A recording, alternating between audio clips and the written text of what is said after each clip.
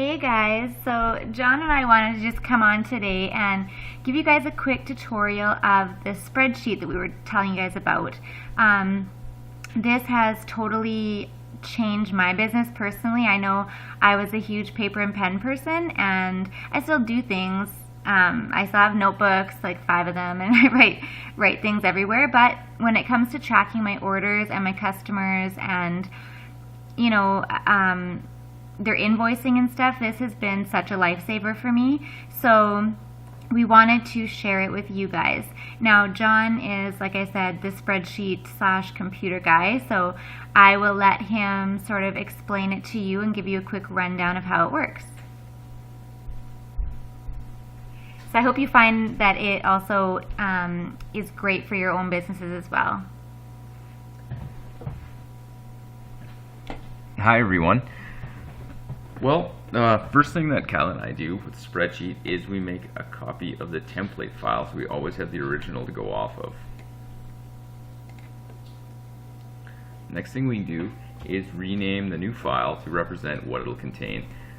Each one of these files contains up to 100 different orders, and you don't have to put that many in them, but kind of depending where it logically makes the most sense to cut it off. So you can see the last order number, the highest one rather, is number 339. So we'll start this at number 340, and we're not sure when it's going to make the most sense to cut it off, because maybe it's a Facebook party or something like that, and we just want a separate sheet for that. So we will just put 3 X's until we know what the last order number is, and then we'll come back and change the file name at the end.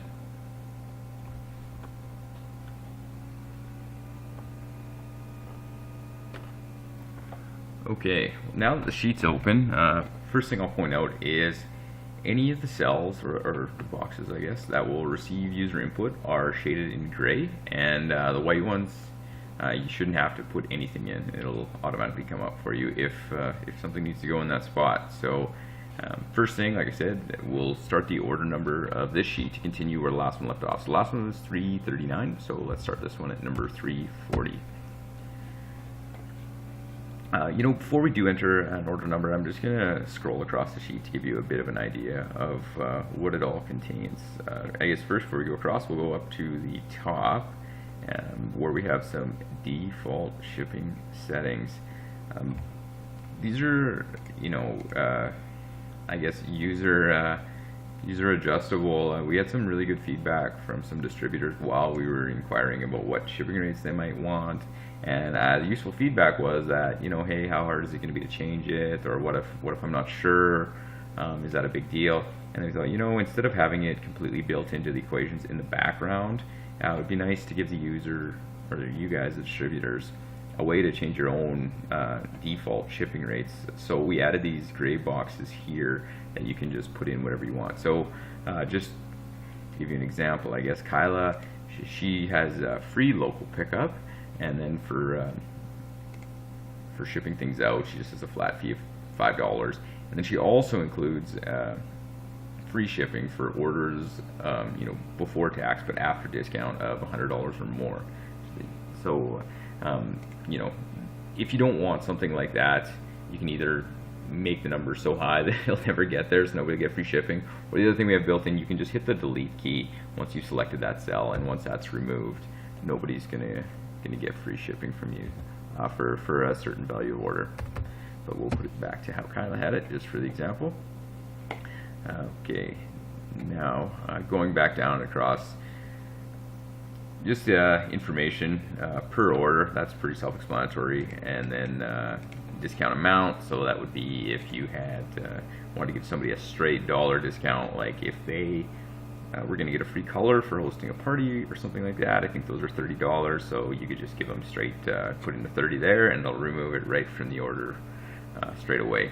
Discount rate, I know that you guys kind of do things on Facebook for prizes, and they get a certain percentage off. That's where you can put that in. Tax calculation, depending what's applicable for the sale, you select that from this drop-down menu. I know we do have some people from Ontario, so theirs is a bit different here. They've got HST instead of the PST and GST, but it's kind of the same concept. Local pickup, just a drop down menu for yes or no. We can jump back to that later, it'll make a bit more sense. The shipping, I talked a bit more. I'm just going to go back to the left here. These shipping values up here are the default settings. That doesn't mean that's what you need to charge people for that specific order. It's just that 99% of the time that's what happens. So when you're punching in an order and it's just one collection or 2 colors or a couple of glosses or whatever, and you're always charging somebody $5 or $3 or $6 or whatever you decide that you want to charge, instead of typing this all in and putting $6 and this all in $6 every time, it's going to pop up here. But you can notice that the shipping is actually also a gray box, so that means whatever pops up here, you can just type right over it and put in $9.50 or something if it's some skincare product that costs you more to send. So you can definitely change that per order. This stuff up here is just kind of the default stuff that will pop up to save you from having to enter it each time. Payment received, we can jump back to that as well. It's pretty self-explanatory. Once you do send somebody their invoice though, or their order sheet to review and make sure the address is right and to request the payment, then when you do get it, you can just come here and you've paid, or they've paid rather, and then when you do ship it out, it's nice to put the date in that you sent it, because I think everybody finds that when people order something like this, they're excited to get it, and they follow up with you guys, the distributors, quite frequently to just say, hey, when do you think I'll get it, or when did you send it, and stuff like that. So it's a really simple way to go back and see when you threw in the mail for them. I'll scroll across here to the right. First thing we have is the LipSense collections, and the next are the individual colors. We put the stuff that's most popular closest to where I guess you're entering, because that's, we're kind of guessing that's probably what you're going to be using the most, or at least for now, or the way it looks for now. You're just scrolling across all the different products. All of this stuff you can get from SeneGence is it's in here. And it's actually in the same order as well that you order it online, but I'm just going to drag across here instead of slowly scrolling, because it's quite a bit of stuff. So, alright, well now let's go ahead and let's enter somebody's order just as an example of how it's normally done, or how we normally do it, I should say. So today, March 26th, and I'm going to go with Kyla, your customer, and she'll be box 1100, Saskatoon, I think S7K 5M9 is the normal postal code. So, discount, I wouldn't give her a discount. Let's go across some more, and I think Kyla I think she's pretty fond of pink champagne, so let's scroll over here just a little further to make this example extremely realistic. So I'll put her down for a pink champagne collection, and then we can go back and see what's going on. The one thing I do want to point out is that the window here is frozen, so Kyla's name here, it'll always stay frozen as you scroll over.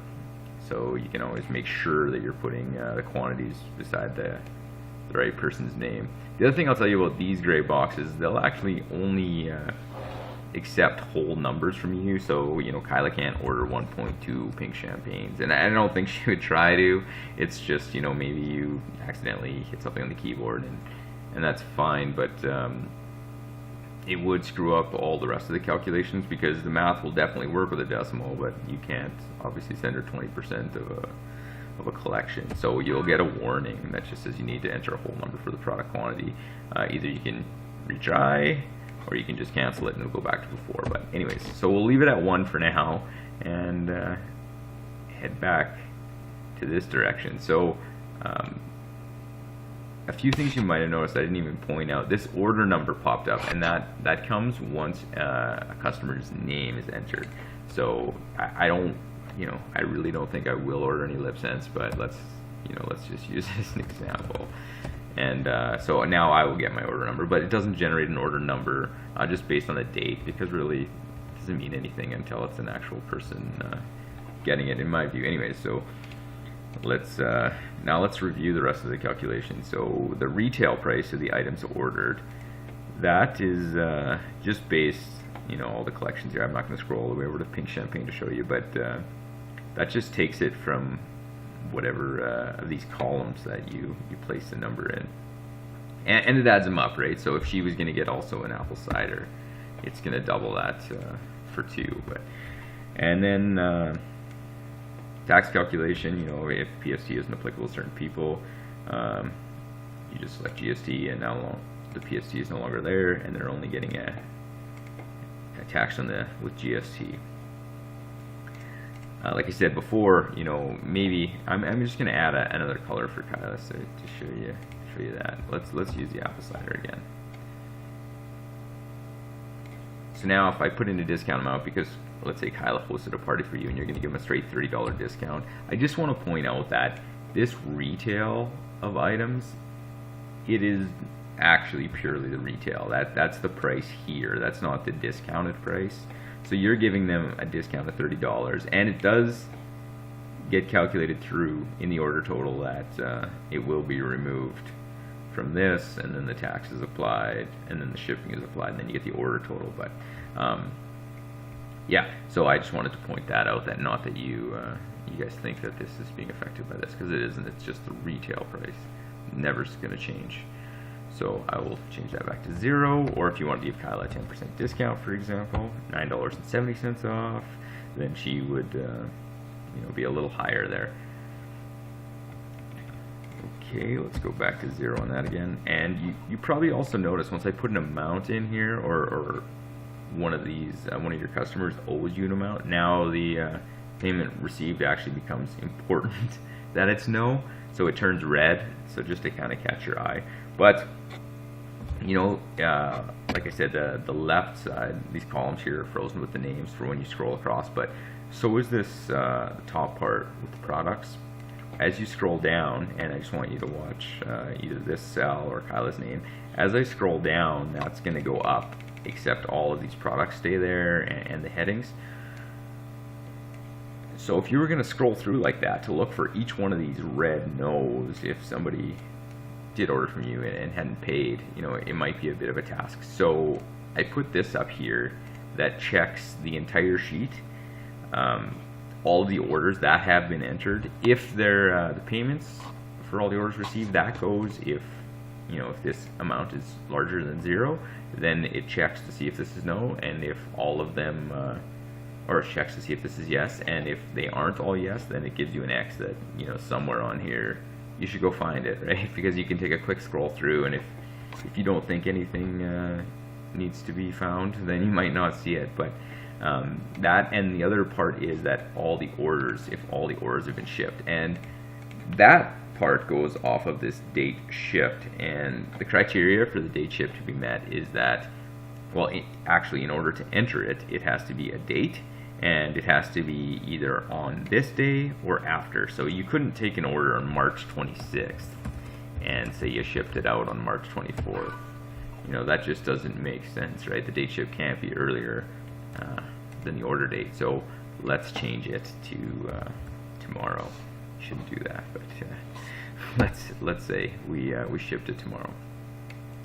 Now you can see all the orders have been shipped, and the other thing is Kyla stopped being a deadbeat, and she finally paid up, so you can mark her down as paid, and it's back to black, and now you can see all your payments have been received. So that's probably a good thing to do. The other thing, you know, maybe she won some free thing on a competition, on some kind of game or something, and she got free shipping. Like I said, you can change the shipping amount. You can easily, you know, make it 0 if you want a free thing, or you can make it $9 if you sent her something else in the package that she said, oh, just add it on the shipping of this order or whatever. So you can change it whatever you want. You just notice that the $5, just undo those two, the $5 came up from this. So, you know, if this was $3, that's what it would have come up from, based on this stuff, right? So I'm just gonna, like I said, always change that back to what Kyla had, so we don't get confused throughout. The other thing, like Kyla has, is local pickup is free for her. So this kind of has a bit of a dual function. It changes the shipping cost when you select from the drop-down menu, and it also adds a note to the order notes here. But the most important part is the shipping calculation changing. I did set it to no, as a default, because the majority of the time I think that is going to be correct. But anyways, if it is yes, just go ahead, hit the drop down menu, hit yes, and Kyla's shipping charge for pickup, like I said, is 0, and it adds a note over here. Again, this is a gray cell, so you can type over it, but there's a formula that makes certain things pop up based on certain conditions, I guess. And if you do type over it, you know, it's gonna erase that, but that's fine. Like, it's just for you guys, right? And it will carry over onto the customer order sheet, and that you'll see a bit later. But let's say you wanted to say that Kyla will pick up at, you know, at 1 p.m. or something like that, just for yourself, then you can type that in, and it will definitely be there, and it's not going to change any of this shipping stuff. It's just a note, right? So, and now the note will stay there, right? But I'm just going to get rid of that, because so I don't remove this equation, just to show you what else can pop up there.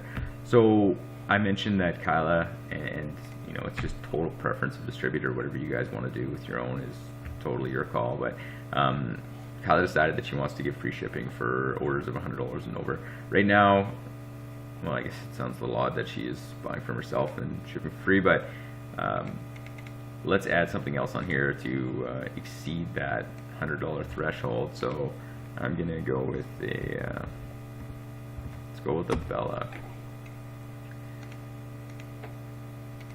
Now the order total, and this is after tax, and this calculation is based on the before tax. So to see, you would have to take off this, the original shipping amount, and if there was one, and then the GST and PST, or the tax, I guess, if you're from Ontario, and see if that exceeds this. So it the amount does exceed the $100, so the shipping amount went to 0, because that is the criteria. This has all been met, and a note pops up that you got free shipping, order of $100 or more before taxes.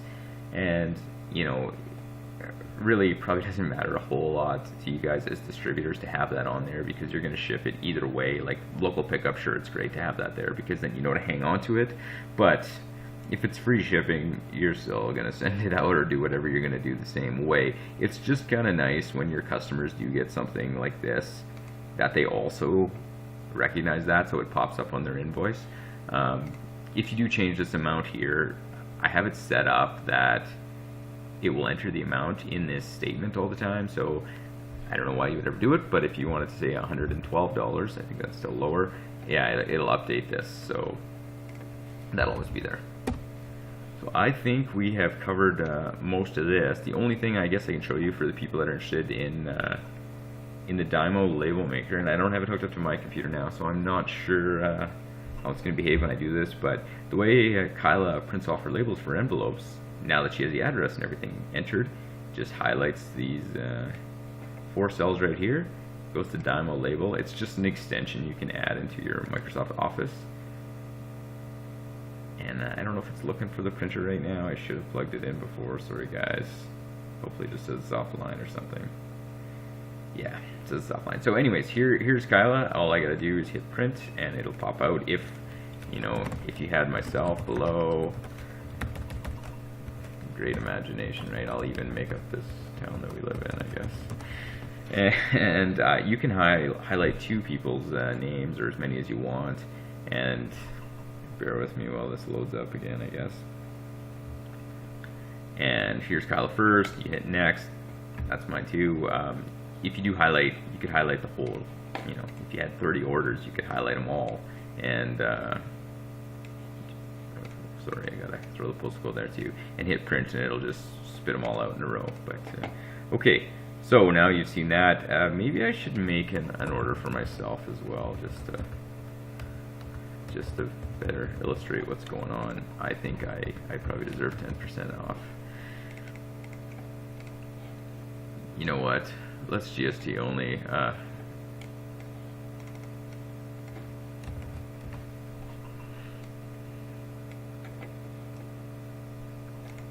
And I don't think you'll ship mine out yet. And I will take an Aussie Rose. Probably a bombshell. Actually, I'll take 2 bombshells. Okay, and I'm gonna make this quite a bit higher so I don't get the, you know what, no. let's go with a local pickup note for me. Okay, so now let's move on to the next stuff. Products required for orders. This is kind of a summary of the entire spreadsheet for you guys. So all of the stuff on the input tab, if you have up to 100 orders, if you order these products, they'll all be satisfied by. And I guess what this tab is for is more maybe down the road when the stock situation hits more of a steady state, that maybe you guys just put in an order every 2 weeks to fill all the orders you receive from your customers in that previous period.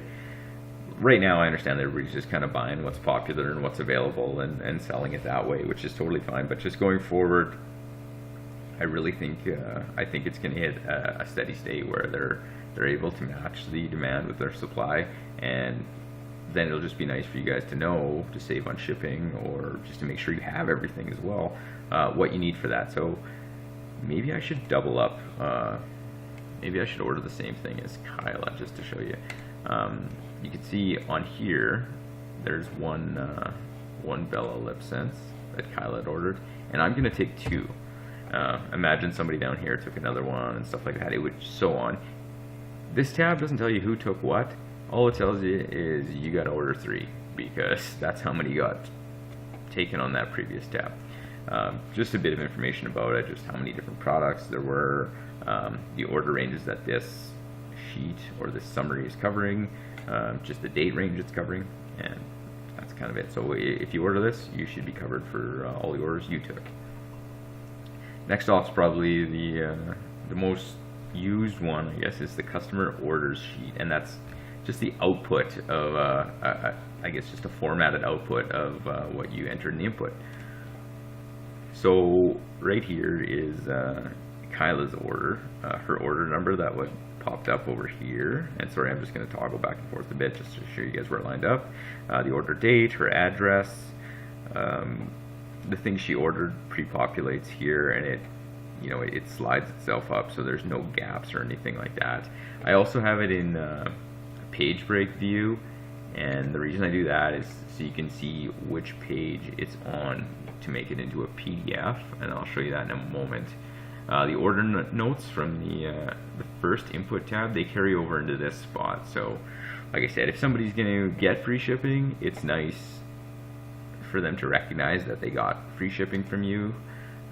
So we throw that note in there. Only the stuff that's applicable comes up here as well. So with discounts, like the discount amount that I told you about in the first tab, or the discount percentage, those only show up here because it would almost be, I don't know, insulting, but a little bit odd if you kept giving everybody orders and it said discount 0, percentage off 0, whatever.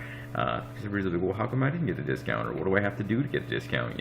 So that's why that isn't there. But if they do get free shipping, we left the shipping. Of course, you want them to know that they got free shipping, but I'll just maybe toss a discount in here. 8 sounds like a good number. So we'll head back to Kyla's, and yeah, she got 8% off. So now it pops up, or step back to 0, $12 off. I don't know why you picked that, but that pops up there as well. Same thing with the PST and the GST. Like they're only there if they're applicable. The notes I can change it back to. I think I had that Kyla will pick up at 1 p.m. on Thursday. Oh my goodness. So those are how the notes carry through onto the customer's invoice. So now that this is automatically populated, and I guess mine will be right below it too. So if you scroll down, there's 100 of these puppies that get spit out. But the other thing I should show you about the customer orders is that before they pay. Sorry guys, I'm jumping around here a little fast. When the payment isn't received, that's how it's going to be when you send the customer their invoice. You can see that it says where to send the e-transfer amounts to, or some of you have PayPal as well. That's where it'll say that. So now to generate a digital copy, to be able to send that to the customer, what we do is we go to File and Print. And I don't know if you guys have Windows 10. This computer I'm doing it on right now just has Windows 7. Kyla's does have Windows 10, but Windows 10 has a PDF printer built into it. This one I had to install a separate program that just acts almost like a printer, I guess, but whatever you send to it, it just turns into a PDF. I mentioned how I had the page break view because it said page number 1 in the background, and that's just to tell you what pages you have to print, because if you just hit print, it's going to print all 100 because there's stuff on all 100 pages in the sheet. But the other way you can do it too is you can always just look here, right? And I know Kyla obviously is the first one on the sheet, so she's number 1. Mine's number 2. You know, my order number, everything like that. As you go further, they're going to be blank because we haven't entered any orders yet to fill them up. But so yeah, so like I said, in the background here, Kyla was page number 1, so we can just go here, and then we print it pages 1 to 1 as a PDF. And like I said, I have a bit of a different program, so this is probably not super important, just for me to show you how it ends up printing it as a PDF. And now we have a spot that we call like a little folder setup that's individual customer files. And this is just a little folder that we've made for all of our fake customers in the past here. Kyla has a lot more people than that, but we didn't really want to infringe on their privacy, I guess, by sharing those. So we made up a bunch of fake ones for this demonstration. But yeah, so I don't see or I guess this is Kyla, I don't see her name here, so I'm going to create a new folder for her. Okay, and then we'll go in there. And you can see up here that she was order number 340, so we kind of like to give the file name something that represents what's in it. And yeah, so she's order number 340 dash Kyla Stang. Next order Kyla makes to me in, you know, a month or 6 weeks or whatever it is, we'll put in the same folder. And it's nice to have a file folder for each one of your customers, because I think it would be really annoying for them if you ask them for their address every single time they ordered from you. So here you can go pick the address out, and now it generates this PDF to email them. Just zoom out so you can see it completely. So yeah, this is just what you'll email them or send them on Facebook or however you guys normally doing it. And it's good because this way they can review their order. You know, maybe they didn't have a $12 discount, maybe they had a $30 discount, and you didn't have, I don't know, didn't have that written down, or whatever you guys track it. So the other thing is it's got your information where to send the payment to. Next thing I'll show you is, now once Kyla has received that and she pays you, you can come back here and hit payment received. And now when you look at Kyla's invoice, it says payment received, thank you for your order. So what we do then is we print them a copy off, and this is our actual printer. And then yeah, just pages 1 to 1 again, like I said, is hers. If I was going to print mine, it would be pages 2 to 2. I'd print that out, but I haven't paid yet. So, but anyways, back 1 to 1, and we'll print that out, and we'll use it almost as a packing list for her shipment. So that way she knows, you know, or I guess, and we know, or I shouldn't say we, Kyla knows what to put in it. And also, if you're not using a label maker or something like that, you have the address handy for the person, so you can just write the address down onto the envelope from this, and then fold this in half and throw it in with the products. Okay, moving across, I think that pretty much does it for these customer order sheets. Moving across, we have an order range summary, and this is more for you guys just as a business owner to be able to track what's going on. Same kind of thing, it tells you what order range it covers, what date range it covers. This is what you would have paid to SeneGence for tax and stuff like that to acquire the products, and what the retail price according to them was. And this is how much you collected from your customers for the stuff, and how much PST you got back, how much GST, how much shipping. I didn't include shipping here because it really doesn't make sense, because perhaps you had to make a few different orders to acquire all the things you needed to fill the order. So that can't automatically calculate on its own. Here you can see how much you gave for discounts, the total dollar amount discount, and then also the percentage discount that came out in dollars, I guess. So based on that person's order and how big a percentage you gave them. Here, just give you an idea of what you're mostly selling from. Like here was mostly Lip Sense collections, and I guess just one person bought a color. And now we can move on to the last tab and almost wrap this up. Let's just put a few more colors in.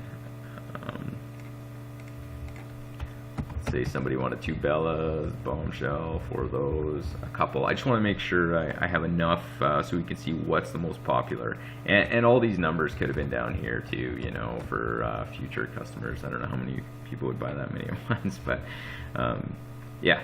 So the next tab is the most popular colors, and this, sometimes people ask Kyla, hey, what's cool right now, or what do people seem to like? And this is just a plot that automatically generates from your input tab.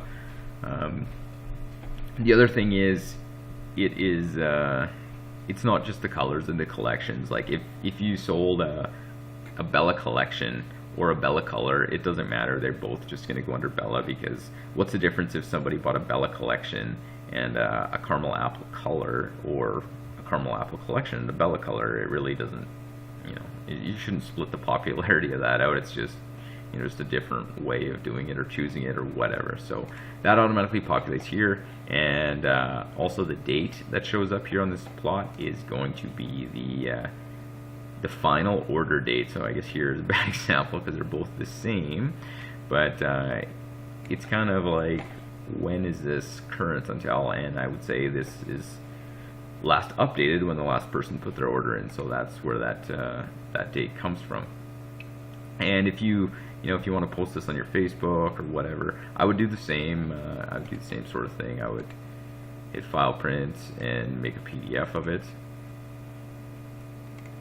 And then from the PDF, I would just use like a little picture tool and snap that from there. So now you can see what was really popular during this fake order. So I hope that that little overview helps you guys out. If you do have questions or anything like that, I'm sure you guys together will probably know how to use the sheet better than us in no time, but definitely don't hesitate to get hold of us, and we can try to help you as much as we can.